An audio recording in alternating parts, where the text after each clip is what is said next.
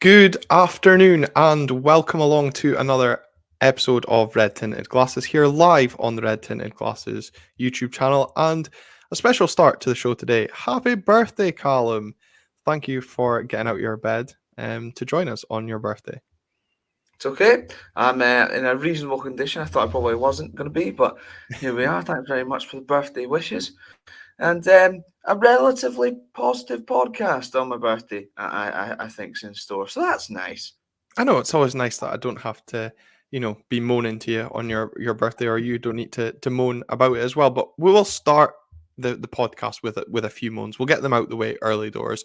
We're going to speak about the cup final. Since we came on, we obviously spoke about the allocations and what may or may not happen. The club have been awarded 19,500 tickets for the cup final. They're not being afforded the chance despite their robust pleas to the SPFL. And of course, we're going to be housed in the East Stand and South Stand only. Thoughts on that, Calum? I'm not surprised, if I'm honest. The fact we've got 19,000, they're getting 25,000, they're getting their end. It's sort of what we were all expecting. Yeah. It's still a bit of a joke that they have their own end. Apparently, it's for policing or whatever like that, and then they can't make it an even split because of the way the sections work. But they can do it for Celtic against Rangers, but no one else. Doesn't seem to make sense. It's what we expected. Let's just hope the outnumbered but never outfought banner is back, and the same result as the last time that banner was on show. I know. I was laughing because we put that picture up on our Twitter page, and I was laughing at the Rangers fans replying, missing the point completely, saying, "Oh, what's your point? You're just putting up pictures of a half-empty Hampden." I was like, well, the result still stood that day. What do you make of the pricing for the final? £39 for an adult for the East, 44 for the South. The club delighted to see concession pricing, although quite on the steep end, 26 I think it is for the East and 22 for the South. I think it'll be the most youthful attended cup final, going by those prices. I mean, you wouldn't be surprised, would you, considering it's only for 16-year-olds, is it? Up to 16-year-olds? It doesn't include. So a 17-year-old who could still be in school would still have to pay £39, which seems absolutely fucking ridiculous, if I'm honest. It's extortionate. I don't know, I presume that was agreed. I don't know who between. I heard that it was potentially all four clubs, not even just the two finalists. It's out of order, if I'm honest. A week before Christmas, for both sets of fans, plenty have been travelling abroad. So therefore, money's going to be tight as things are, let alone with the way things are at the moment. And to charge those fucking prices for a final is just absolutely ludicrous. And, people complain about our attendance in the semi-final. Had that been more affordable as well, perhaps more people would have gone to that. It's a joke. It's too expensive. In fact, a 17-year-old would have to pay, if they're going to play by those, £39. It's far too much. Yeah, exactly. Play by the rules. The joys of supporters clubs, Calum. On top of already being, you mentioned they're affordable. One thing as well before we get on to obviously last night's draw over in Greece. December, obviously a very expensive month as it is. I'd wonder what decision or why the SPFL decided that our rescheduled game against Livingston needed to be fitted in 3 days after the cup final, giving Aberdeen a total of 9 games in the month of December. Absolutely crazy schedule that we've got coming up. I think I worked it out, it's like 6 or 7 games in 16 days or something like that. It's madness. I don't know why they've squeezed it in there when there's plenty time to fit that in between now and the split. Seems ridiculous when we're playing in Europe as well, so we've obviously naturally got a lot more games plus the cup final. As a fan, though, quite looking forward to the month of December. I enjoy that there's a lot of games, but logically, it's very, very stupid to put it in there. But who'd have thought that from the powers that be? It's not like them to make stupid decisions, is it? Yeah, I think as well though, I think it's 6 home games for us out of the 9. So at least we've had a lot of traveling in November, October. So at least we can get some home comforts in as well. But an absolute unnecessary need to put that game in. So anyway, we've got the gripes out the way, get them out early doors, and we'll now go into a bit more positive things, because despite bowing out of European football for the season, we've still got 2 games to play, of course. The Dons can be proud as they held their heads high in a very respectable 2-2 draw against PAOK over in Greece last night. Calum, initial full-time thoughts on the game, first of all.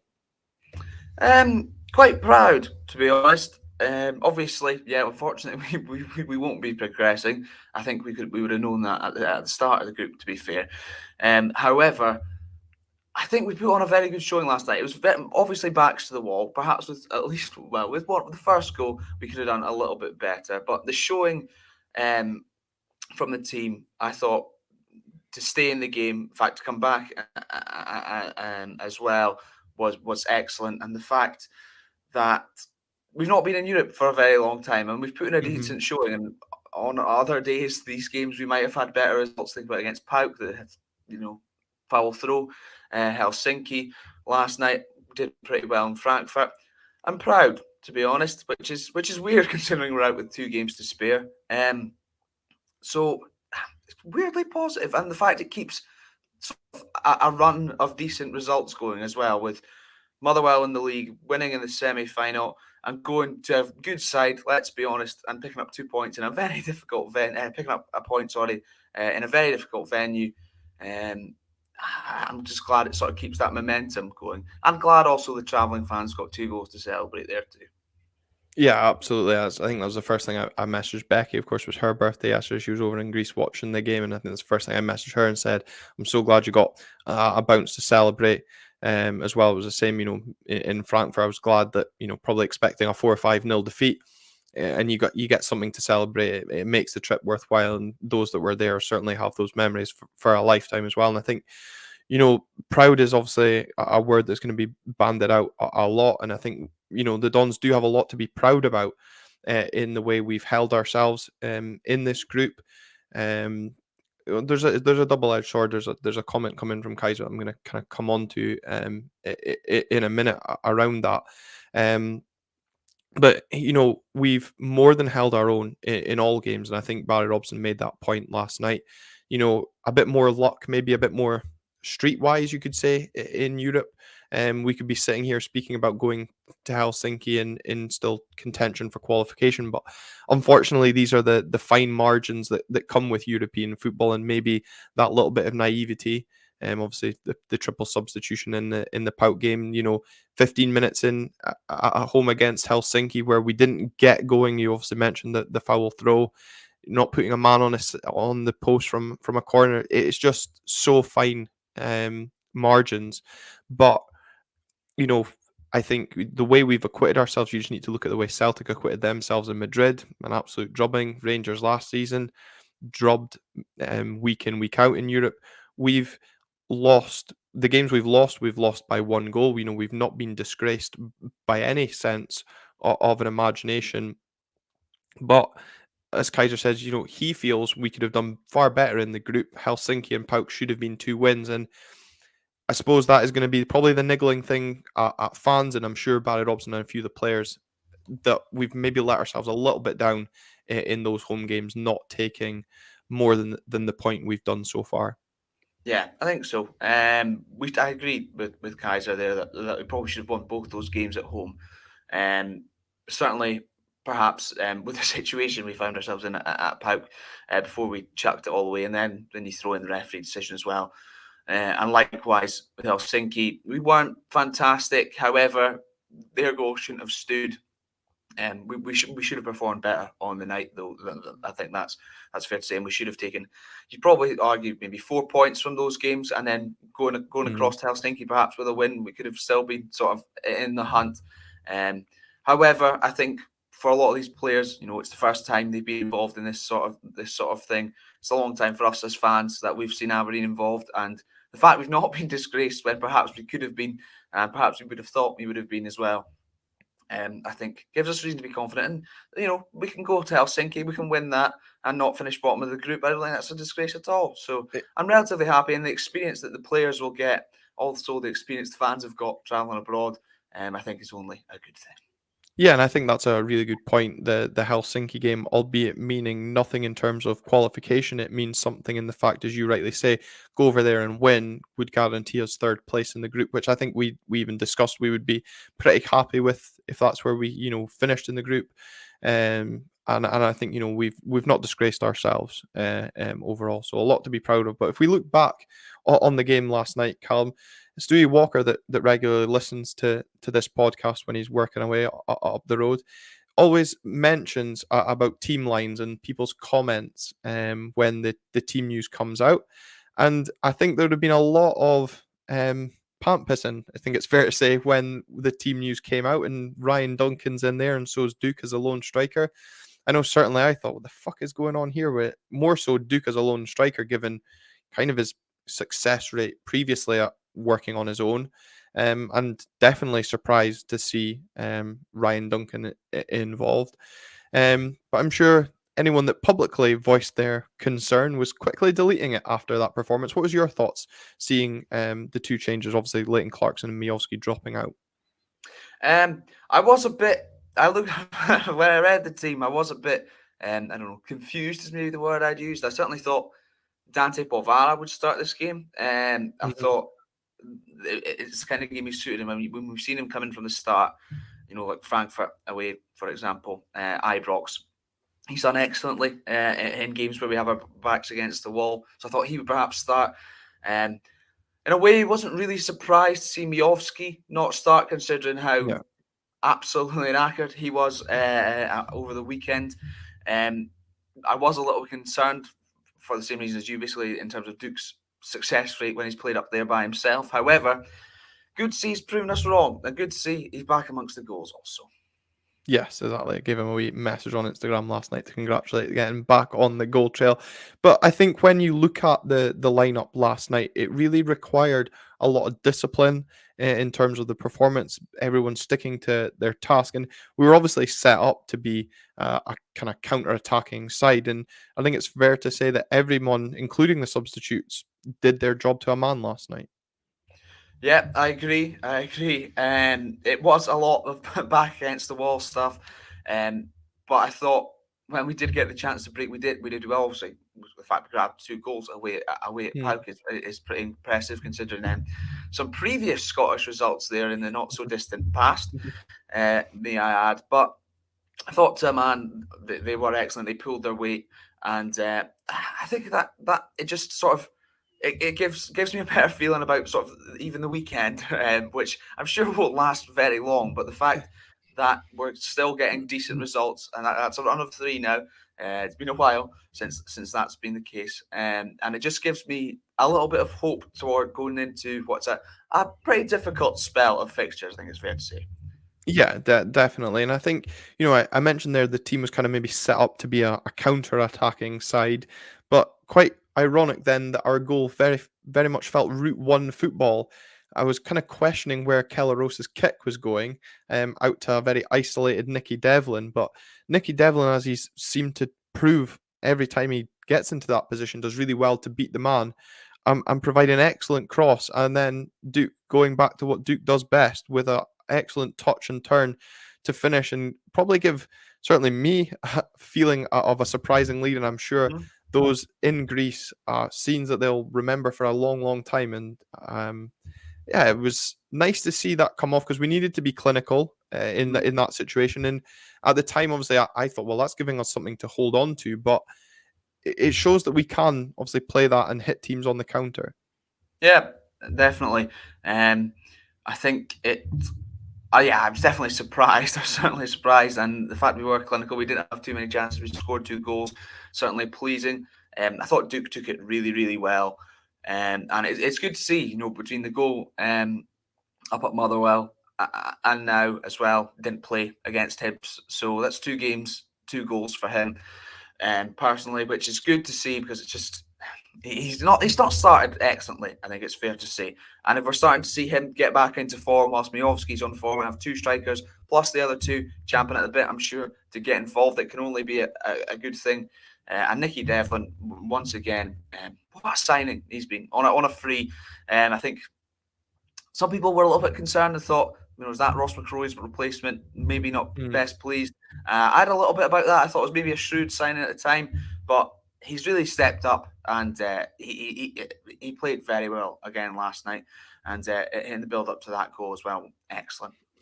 Yeah, and also there's a lot of talk in the build up to the game around Nicky Devlin as well. The PAOK manager was unhappy with him and how he conducted himself at Pittodrie, saying he blew the bench a kiss when we went 1 or 2-0 up. And not that I remember seeing that, but there seemed to be a lot of needle between Devlin and the PAOK bench anyway at Pittodrie. So I'm sure he enjoyed being able to grab himself an assist. But for Duke as well, I'm glad, after obviously not being involved at the weekend, he gets the start, gets the goal, and hopefully we're starting to see now a bit more confidence returning to his play, especially as obviously last night with Bojan not starting, we're needing goals to come from elsewhere. But I thought in general, with that concern I had around Duke being that lone striker, he did that role really well last night. His work rate in terms of trying to close the ball down. There was a couple of times where just as the PAOK defenders were going to clear the ball, he was throwing himself in, maybe just catching them a little bit late at times as well. But that was riling them up as well. And I think we did a quite good job of winding PAOK up last night as well, which obviously threw them off their stride. I'm certainly glad to see that, because they're a gang of shithousing bastards, and I'm glad that we were able to rile them up a little bit. I'm also very glad that Nicky Devlin was able to do so in the first leg, even if maybe he came back to bite us in the arse. But no, I thought Duke's work off the ball as well as on it was impressive, and it's really good to see, and hopefully his confidence will be back to a decent place, because I think he was struggling with that. It's just a shame we're about to go to Parkhead and then an international break. A bit annoying that it's coming at this time. However, if he goes into the international break on a decent bit of form, the likelihood of him returning in that form with that confidence is pretty high, you would think. Yeah, no, totally. And I think it's weird as well then to think that we were disappointed in the way we conceded the equaliser, because we'd been playing well, we'd been frustrating PAOK, and we almost kind of let them back into the game in a way. But I mean, it's a good finish, but I think both goals last night we conceded, there'll be aspects of that Barry Robson will have felt that we could do better in terms of our defending. A little bit. Certainly the first one, Ruby got sucked in a little bit, and then two players on the line, unfortunately not enough to keep it out. Given the chances PAOK had, you would never have felt we were going to keep a clean sheet. No. Just sort of disappointing to concede it in that manner. However, you would probably, look at, compare that with some of the defending we did, where perhaps they had fantastic chances and we were throwing bodies on the line, great last-ditch blocks. So it's hard to be too critical of them, just a little bit frustrating not to go all Barry Robson on you there. Yeah, no, we obviously rode our luck as well. You look at the block that Ruby had, where he kind of kills the ball dead and it bounces thankfully onto the post, and we managed to clear the danger. But in Europe, it's fair to say VAR hasn't been Aberdeen's best friend, or certainly in recent weeks. And well, Duncan Strachan raised the point, and it was in the notes as well, that PAOK should have been down to 10 men, a stamp from the PAOK captain on the ankle of McGrath, right in front of the ref. As well, you text me straight away saying, well, that's a red. And I think the point Duncan makes as well is the fact it was right in front of the ref, because I think Rob McLean and Stephen Craigan spoke about why the referee didn't play advantage if he's only going back to book him. But where was the VAR involvement in that? You look at Dyson Maeda's red card this week, Marcus Rashford's red card, both of those getting upgraded on checks. I don't think there was even a consultation on that incident last night. How that went unpunished other than a yellow's baffling. Absolute madness. And the boy knew exactly what he was doing as well. An experienced chap, I think, well into his 30s. And it was a ridiculous challenge. Should have been a red card. The fact it wasn't checked, or it certainly didn't seem to be checked. We didn't get anything on the telly saying VAR check, potential red Mm. card.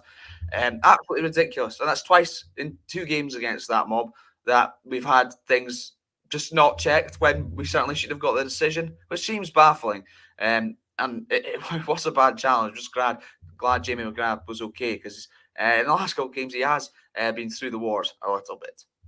Yeah, he's certainly going to have a few scars from his time at Aberdeen. I noticed in an interview he was doing on Red TV, he still has that kind of scar under his eye from the clash with John Lundstrom at Ibrox. But you spoke about maybe being backs against the wall, a lot of the defensive work that we had to do. And I think it's a credit to the way Barry Robson's obviously drilled that into the players, that they remained very disciplined. There was a lot of bodies on the line, but getting in at halftime at 1-1 was probably crucial for us, because it did feel like a bit of an onslaught coming up to halftime, didn't it? Yeah, it certainly did. That was basically my thought. I said, to be honest, as soon as it went 1-1, I was thinking, right, they'll take this score into halftime. But they were putting bodies on the line. I thought the sort of togetherness that they showed was excellent as well. Clearly defended very well as a unit for the most part, it has to be said, with very good discipline. And I felt it was important if we were going to get anything from the game to go in level at least. Especially, in a ground like that. Had they gone in 2-1 up, their fans would have absolutely been well up for it, and that would have made it very difficult to sort of turn that tide from that point at halftime, I felt. Yeah, and I think that was the feeling I had as well, because not only, as you mentioned, the fans would have been up, but so would the players, and it would have, potentially affected our players negatively going in after all that kind of hard work that we'd done, especially to take the lead in the game as well. And it it will have just buoyed those players going in and thinking, right, we've done enough to frustrate them for 45. Let's go again, because they were getting wound up. There was obviously an unsavoury incident that's been reported by the club where Habib Gay was subjected to some racial abuse, and that the club are obviously investigating that with UEFA, and that's absolutely disgusting and horrible to hear that he's been a victim of that.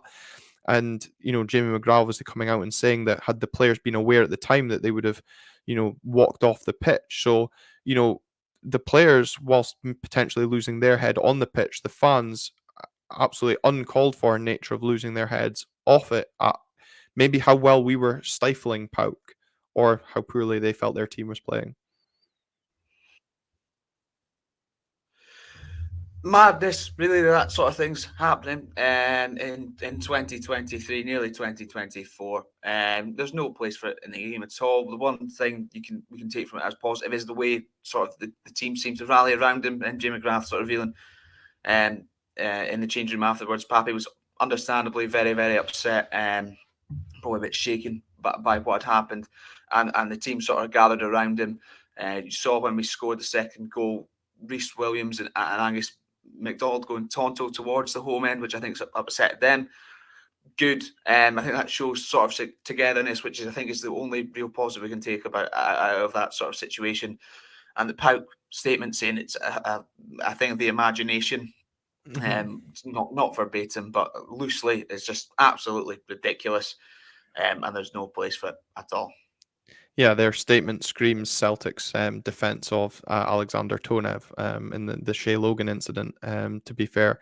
And I'm sure UEFA will deal with it in the way UEFA deal with these sort of things. And I think you know what we're alluding to on that. On the game, though, in the second half, we spoke about, Aberdeen going in buoyed probably at halftime, holding PAOK. And I think it's fair to say we maybe expected a bit of an onslaught in the second half, and that was the case. I did feel we were struggling throughout the game, but certainly at the start of the second half, with the way PAOK were pumping balls into the box. They were always attacking the back post, and especially at set pieces. I almost felt concerned we were going to concede every time we conceded a corner. Yeah, I think they ended up in double figures of corners. I don't think we had one, No. which is absolute madness. A couple of times, Kel Roos wasn't convincing me coming out and getting something on the ball, but not very much a few of the times. However, I think sort of I'm still impressed with how disciplined they were. I think, of course, when you're defending that long in that sort of situation, that'll take a toll on the mind. Absolutely, we've been very mentally tired, if not physically, which I'm sure they also were. But there was a few hairy moments, to say the least. But the fact, they were still throwing themselves in front of the ball, doing anything that was needed to keep us in that game. Because I think, to be honest, it could have gotten away from us, the amount of chances they had. It's a credit to them, at least. Yeah, Bruce was called Dracula at Derby because he was scared of crosses. But I think the way he dealt with some of the kind of balls yesterday was the same. I had kind of the same fear as you. The one in the start of the second half where it felt like it was a really tame shot towards goal, and he dived and just got a hand to tip it round the post felt weird to me.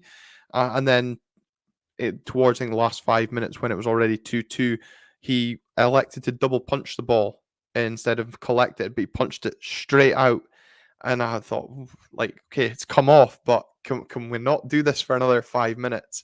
But like it became effective, so we can't criticize too much. But it certainly meant a few nails were chewed a bit more, and I was going to say hair got pulled, but I don't have any to do on that as well. But one thing that was also adding to the stress levels, Calum, was the amount of diving that p.a.o.k were resorting to as well. I mean, you talked about them being shithousery. I mean, I think you just call them cheating, to be honest. Yeah, I think so. I mean, we'll speak about the penalty that they were awarded. In fairness to the referee, on first view, and I was like, shit, that looks bad. That looks very, very bad. However, as soon as you saw two replays, it's like, okay, clearly there was no contact. And we'd seen that. We'd seen the two replays. In that sort of situation, I understand it's the referee that's got to make the decision on the pitch or whatever. However, surely VR could just go, don't even fucking bother looking at it. It's ridiculous. Yeah. He didn't get booked for diving, which seems madness. Which and I think apparently you can't, though, on a VAR check. They can't issue a yellow card for diving. Well, that's another thing that perhaps needs to look at. I read somewhere that they could. So very, very bizarre. I think when the referee goes and looks at it and sees it for himself, he should be able to give a yellow card. I also thought he was offside just in the first place anyway, so we wouldn't have even got to that had there been contact. I felt, but absolute madness that they didn't get booked. And Jesus Christ, I don't know how it took so long. Just once again, same as the weekend. Just glad that they came to the right decision in the end. But it was nervy. It was a little bit worrying. Well, I wonder if that's why he didn't get booked then, if obviously you've read that he could get booked on the back of a VAR check, because you mentioned the offside, and obviously that was being talked about as well. So I wonder if they came to the decision he was offside, but I don't remember the referee seeing that he awarded it offside, and also he was looking at a couple of stills, and the bits that we obviously saw on TV of the stills that he was looking at, I thought, oh, for fuck's sake, he's away to award a penalty, because it was the defender falling over Jamie McGrath, not from kind of the angle that shows clear distance between the two players. And I thought, if we're honestly, I do this podcast on a work laptop. I was watching the game on my work laptop. This podcast wouldn't have been going ahead had that been given as a penalty. It was a way to get launched across the living room had that been awarded. I mean, even the one earlier in the half as well, when their number 7, who was impressive again last night, I thought, with his technical ability, he threw himself to the floor when he glided past Stefan Gartenman. And again, needless, like 2-minute VAR check on that, when that was, again, clear as day, it was a dive. Yeah. That's European football for you. I think we've learned a lot about that this season, and hopefully, given the fact we are out, that will prepare us better for next season when we inevitably finish third and go straight into the groups once again. Yeah. On the second goal that we conceded, I also mentioned about p.a.o.k enjoying success, putting the ball into the box. That's probably the one I think Barry's going to be most annoyed at the way we conceded. It was the second phase.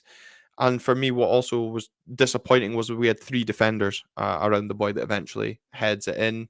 And I think for all the work that we did do, and I know it's easy to switch off in these situations when you've been putting so much, mental strength into that game, it was quite disappointing. But what a reaction after going 2-1 down, which of course we'll come on to.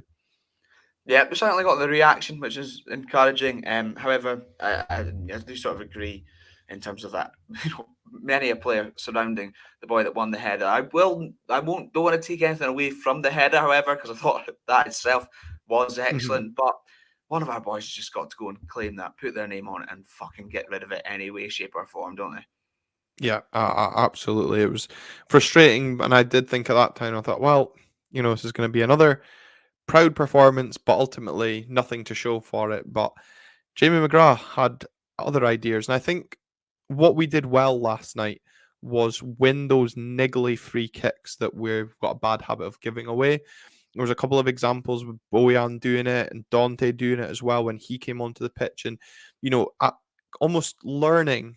We've spoken about this campaign being a learning experience, is learning what continental referees are like, and going down at that feel of contact, and we'll get the decision. Because there was a couple of times I thought, we've got away with a very soft one here. My initial thoughts when Jamie McGrath was lining up that free kick was the goalkeeper is offering a lot of space to his right, almost teasing Jamie in the sense that you're not going to go for it, you're just going to pump this into the box. Well, Jamie McGrath had other ideas. What a goal.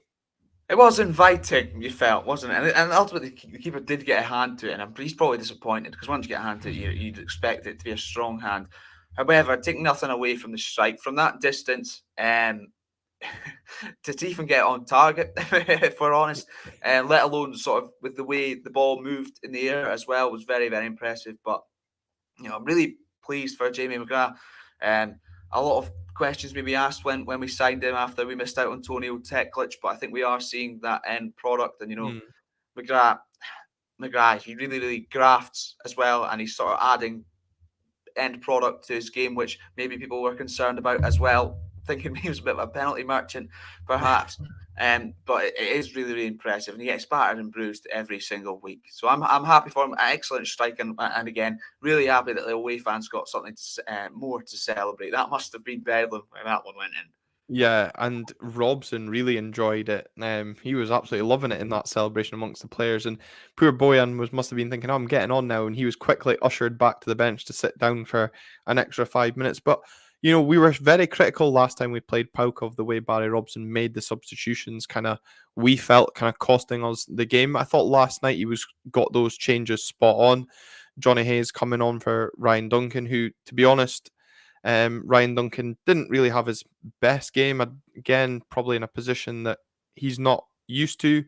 Graham Shinney, understandably, with the amount of work that's gone in, maybe with one eye on Sunday as well, coming off, and Dante Polvara, who we've relied on really well in Europe with another excellent performance. But the other substitution was when he brought on Esther Sokler towards the end to give Miowski a bit of support up top, because I thought both Bojan and Esther were really effective in that last 10-15 minutes in just chasing down lost causes when we were just clearing our lines. Because there was one example that sticks out, was when the Paok defender was on the edge of his box and Bojan sprinted to chase it, and the Paok defender had to put out for an attacking throw-in. And we ended up launching the ball into the box with a long throw-in, which, of course, as we know, came to absolutely nothing. But it was just showed that even though both Bojan and Esther had come on, they were willing to put it all in and do the hard work that those before them had done as well. Yeah, definitely. Sort of similar to Hibs, where a lot of Bojan's were, although ultimately scored the winning goal, without a lot of his work up there when he was isolated by himself, we maybe wouldn't have been in the situation to even go on to win that game. And last night, they didn't have a chance, either of them. But the work they did, especially coming off the bench, where perhaps it maybe takes a bit of time to get up to speed of game, or it could do that. I thought they were very, very impressive, and it just sort of shows that willingness that they're all in it together and fighting for the same cause, and they really are working for Barry Robson, which I like seeing. I think there's a lot of different things that sort of suggest that last night. Yeah, and an interesting point from Can't Be Bothered here about Esther Sokler and getting him as many minutes as possible, with Duke going away with Cape Verde in January. And obviously January is going to be a big month looking at that strike force that we currently have. So it'll be interesting to see how Esther's minutes develop between now and the Christmas period, because we are going to have a lot of games coming up, and I'm sure he will be wanting to start games, not just be seen as a bit part player as he is currently. Yeah, likewise, p.a.o.k will be desperate to get involved, I'm sure, too, as well. I think with those 9 games in the next in December, we certainly will see Esther Saltcliffe get that chance, and I think now he's sort of bedded in a little bit. He did grab his first goal away at Ross County in the cup, and I'd certainly be happy for him to get his chance. And I think he's earned it just by probably the patience he's showing alone, if nothing else, because it would be frustrating. Yeah, absolutely. And look, we've obviously spoke about the work that the majority of the team has done, and I think we have to give a special recognition to the defense for the resolute performance last night. And I think I found Jack McKenzie's YouTube account, because he always comments when Jack McKenzie's played well. PGL Tuna saying that Doric Roberto Carlos was immense again last night. So Jack, if that is you, fair play. You can join Duke as a list of players we know that tune into the show. But Calum, it's fair to say, given the madness that went through Jack's head at the weekend, he was superb last night. He was brilliant. And let's take the red card away from that. His performance on Saturday was also very good up to that point. In recent times, he really seems to be kicking on in that sort of natural position. He's making it his own. And, with McGarry back in training, a little bit of competition there as well. Previously, when McGarry went out, you'd have thought as soon as he comes back, he would be straight in. But Jack McKenzie's certainly making his case. And I'm happy for it. Look, he's coming for a lot of flack, certainly from us at times as well. But he is performing.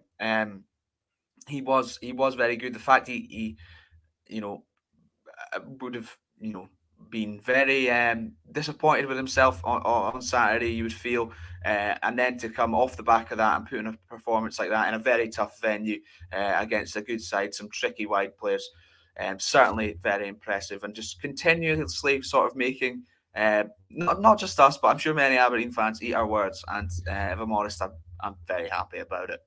Yeah, no, and I wholeheartedly agree with that as well. Some of his tracking back last night was superb. There was a couple of times when Paok had their counter attacks, and we think it was both him and Duke that were getting back to make the blocks or getting into position. And again, he was really like Shinnie, Ruby, Jens, and they were not afraid to put their body on the line when it mattered most.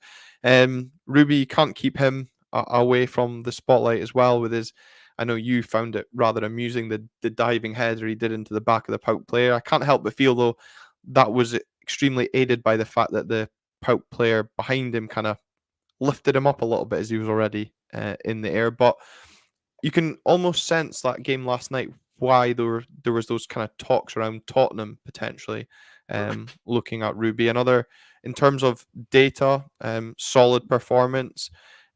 Yes, gets dragged into positions he shouldn't, but his recovery for me last night was what impressed me most. Yeah, I think so. He does do something hilarious every single game, and I think that sort of adds to his charm in a way. But certainly him, well, towards the back end of the game, all three centre back, all of the defence, in fact, never mind the centre backs, to keep that concentration throughout the game that's required in a situation like that, and still be, making those last ditch blocks, last ditch tackles, getting the ball out of the box by any form, is certainly very impressive. And I think it gives confidence going forward, because those three centre backs in particular certainly seem to be gelling now. Mm. Yeah, definitely do. And as Andy B says, when Dante won that free kick in the last minute, the reaction of Devlin McKenzie in the box, no fist pumps, just hands on the knees, knackered, gave everything. Well, there were certainly fist pumps in my household, that's for sure, because I was relieved. I felt that was the final bit of pressure, done and dusted. And I think even when the full-time whistle did go, it looked to me, I could be wrong if it was Richard Jensen or not, was a huge fist pump into the air. But I think, proud that they got that point in the end, and it was no more than we deserved. We deserved to actually get a bit of rub of the green in Europe, because, as we've discussed already, it's been extremely lacking. It has been, but Yeah, it sort of summed up everything. The fact that they were so clearly drained, that free kick. Excellent work from Dante, to be fair, who once again we'll give credit to, because he comes in tough situations and seems to be performing every time at this point, which is certainly encouraging to see, because it's a man we thought everyone was maybe a bit sceptical about, sort of in summer. So it's encouraging to see, and they deserve the point. And I know we're out of Europe. We've mentioned that it's pretty well documented, in fact. But the fact we are able to compete sort of at this level with competition like p.a.o.k, who certainly spend a lot more on wages. There's been a lot being made about that this week with Celtic and Atletico Madrid. p.a.o.k certainly pay a lot more on wages than us. Let's be honest, they probably get a bit of money from the TV deal as well. More fans through the door. They are a decent side. They've got experience of playing on that level, and the fact we're going and competing with them can only be a good thing, really, can it? Yeah, no, absolutely. And as I said, we've competed, held our own, and hopefully we can see this again next season, because that's the only way I think we do learn, is getting to these stages on a regular occurrence. There's no point in making it 17 years again, because then how do you learn? And I think it's certainly given us as fans the incentive and attraction to want to get it again, and I'm sure the players and definitely the board will be wanting to see it. And as well, obviously, a point on the board for us, but yet more Cormac coins coming our way with is 166,000 euros for a draw. So, and as someone else said to us last night, we might be out, but we've still got €1,000,000 to play for. Win those 2 games, that's an extra million.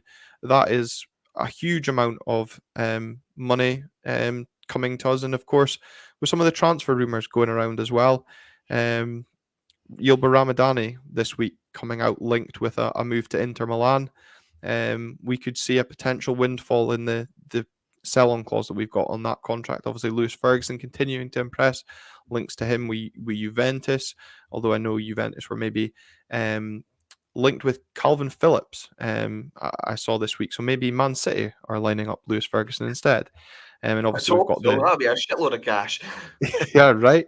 And then obviously we've got the Scott McKenna. He's not in the team just now, but the kind of connections that we've got with Nottingham Forest and staying in the Premiership. So, look, potential cash windfalls coming our way, left, right, and centre, but money still to be played for in Europe, not just pride. But as well as we've played in Europe, Calum, we're going to speak about domestic matters, because we need to now take that level of performance from Europe and apply it domestically. Graham Shinnie, Barry Robson have come out and said we've struggled. They know they've let themselves down when they've gone from the Thursday into the Sunday transition. We've got it again this week. It's a tough ask going to the champions down at Parkhead, but we were disciplined. We executed the game plan extremely well on Thursday. Surely that will give us enough confidence and belief, maybe, to say we can do that again on Sunday. And on the flip side, you'd think Celtic's confidence is on the fucking floor at the moment after that. However, I do worry that they're just going to take it all out on us, as we've sort of seen across Scotland many a time after these kind of things. But it's certainly reasons to take confidence. If they can go to intimidating atmosphere like that, and against sort of all odds, really, come away with a point, then what's Parkhead compared to that? Compared to the Greek Rajis in the crowd last night, it's a piece of piss. We've done it before previously. It's been a while. It'll be an interesting battle because obviously they are very tired physically and emotionally at this point, and it won't get much better throughout December, really. However, I think this is a good test sort of for us to see where we are really at now. There seems to be a real togetherness. Can we go there and get something? I'm not saying we're going to go there and win, but if we can put in a decent performance, maybe get away with a point, then it would certainly be very, very positive given recent results in many, many years gone by down there. Yeah, and that's the thing as well. Like, our 2 performances so far at Parkhead under Barry Robson have been pretty terrible so far this season. But you mentioned Celtic potentially looking to take it out on us after their disappointment in midweek.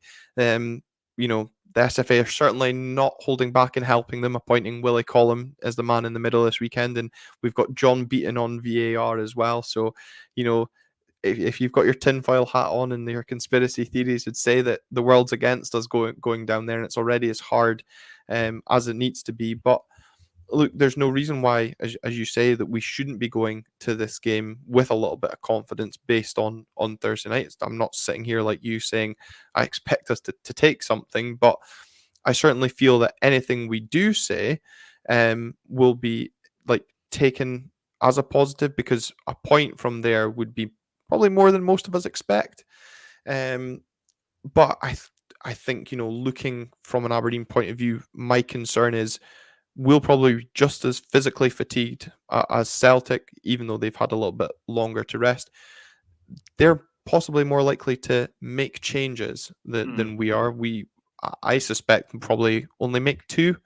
If that's what we see, Celtic have got a bit more depth that they can utilise. I mean, you just look at last night where Paok, on the back of beating Olympiacos, made 6 changes to that starting lineup, and we made 2 from a team that had beaten Hibs. And to be honest, the 2 changes that I do see going into this game would be potentially Duke and Ryan Duncan dropping out for p.a.o.k and Clarkson, but you could even say you could just make one and drop Ryan Duncan out for Bojan p.a.o.k and go with 2 strikers going into that game. Oh God, I don't know about 2 strikers given our surprising performance with this sort of 5-4-1.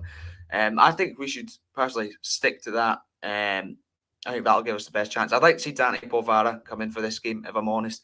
I think his sort of physicality and his technical quality as well, and just the work he puts in would certainly be excellent. Then you've probably got the option of taking one of Clarkson or Barron off the bench, and perhaps to make things happen, should we be in that situation.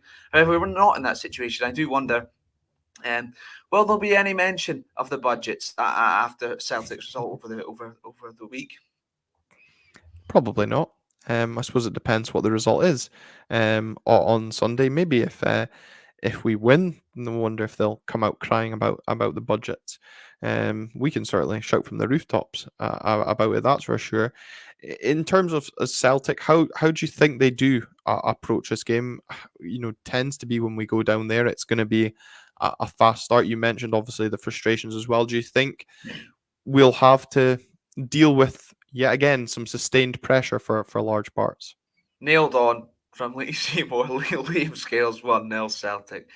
I wouldn't be surprised, given the sort of the way Ryan Christie went back there and performed against us. It will be very, very difficult. It'll be similar to Paok in that it will be backs against the wall for a lot of the time, you'd imagine. You just hope that when we do get the chance to counter-attack, we do it and don't just hoy it up the park and then face even more pressure from Celtic. Celtic will be out to bounce back. There's no doubt about it. We've seen them put us away many a time at Celtic Park. They'll be looking to do the same again.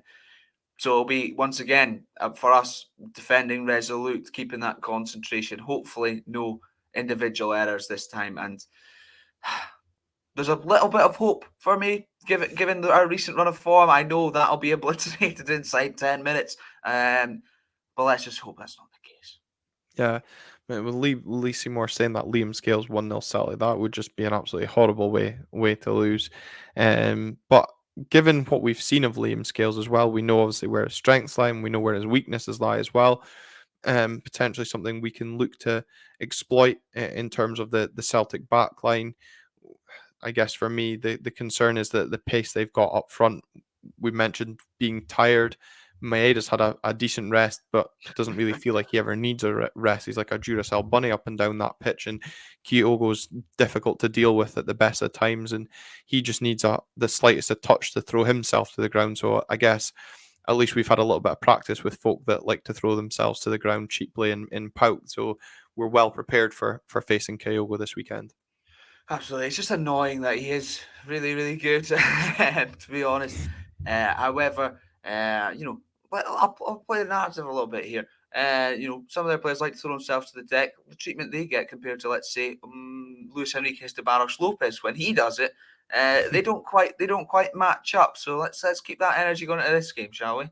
Yeah, very true.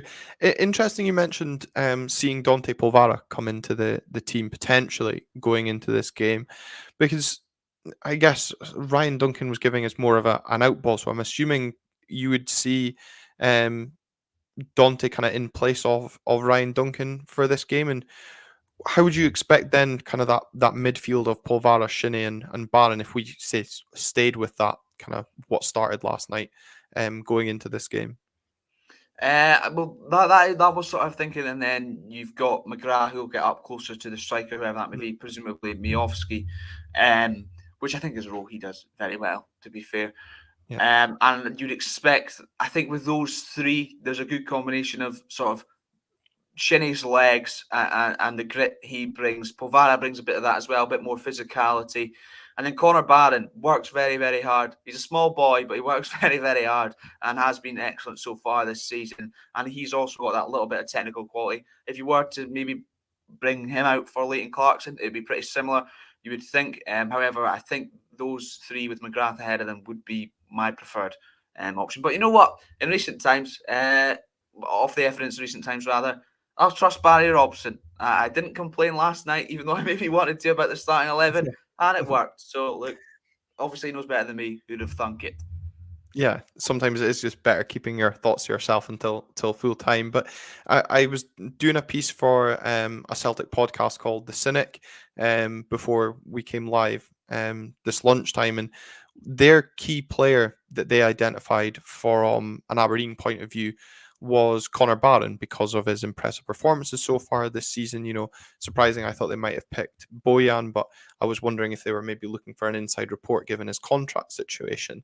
But it's interesting that given kind of where Connor was last season to this season, that he is being identified as other teams as a key player to stop. And I that that was kind of my point. I kind of think he's quite pivotal to our midfield in terms of distributing the ball and going forward, or slowing the play down and sending it back to Ruby to reset if there's no options on. So I'd personally like to see Connor retain his starting place. I just wonder though if Dante starts, if what happens if Shinnie tires, because Shinnie for Clarkson, it doesn't offer that kind of same fit in midfield. So there's, I guess, maybe with the 2-week break coming up now, we can just try and get 90 minutes out of Shinnie. That's maybe, as I said, when he came off on Thursday, there was one eye looking ahead to the weekend's game. Yeah, that is a concern I share. But it is very interesting to hear other teams sort of pinpoint Barron as the key man. I don't think it's a situation we'd have thought we'd have been in at this point of the season. But I think it's a credit to how well he has done. He seems to have sort of put a little bit of injury spell behind him. He's got his head down, knuckling down, and he's certainly performing. I just hope that it is beyond this season, shall we say. Yeah, well, there's obviously still the contract talks to iron out, and I know he was put in front of the media a couple of weeks ago, and it was very Football Manager-esque in terms of some of his responses. It was like he was getting to choose the options, but we'll hopefully get some word on that as the weeks progress, I'm sure.